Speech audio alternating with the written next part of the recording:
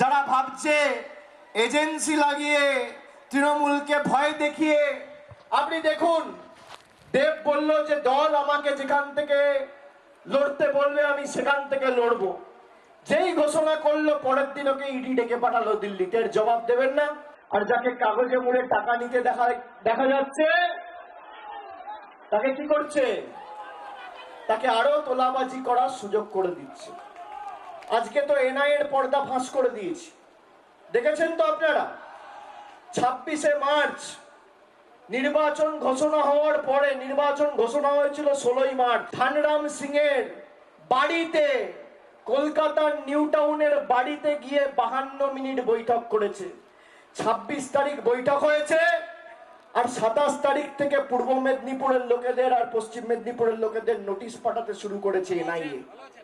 উনি বলেছেন যে আমাদের বিরুদ্ধে মিথ্যে মামলা করবে। আমি বললাম নোটিশটা তাড়াতাড়ি পাঠান, তার কারণ নোটিশটা পাঠালে এবার সিসিটিভি ফুটেজটা সামনে ছাড়বো, সেটাও আমাদের হাতে আছে। এনআইএর সঙ্গে বিজেপির একটা যোগ রয়েছে, সেই যোগ তথ্য তুলে তৃণমূলের দাবি যে এনআইএর এসপি পদমর্যাদা অফিসারের বাড়িতে বিজেপি নেতা আসছেন। তারা বলছেন যে নিউ টাউনের এই যে ফ্ল্যাট নিউ টাউন হাইটস, সেইখানে তারা এসেছিল 26 তারিখ জিতেন্দ্র তিওয়ারি। এই মর্মে তারা বলছেন, এটা রেজিস্টার বুকের ছবি তারা তুলে ধরছে। সেই ছবিতে উল্লেখ করা হচ্ছে এটাই, যে এটা সেই ছবি যে জিতেন্দ্র তিওয়ারি 26 তারিখ এখানে একটি ফ্ল্যাটে এসেছিলেন, যে 066, এবং সেখানে থাকেন কে? সেখানে থাকেন হচ্ছেন যে এসপি পদমর্যাদা সেই অফিসার।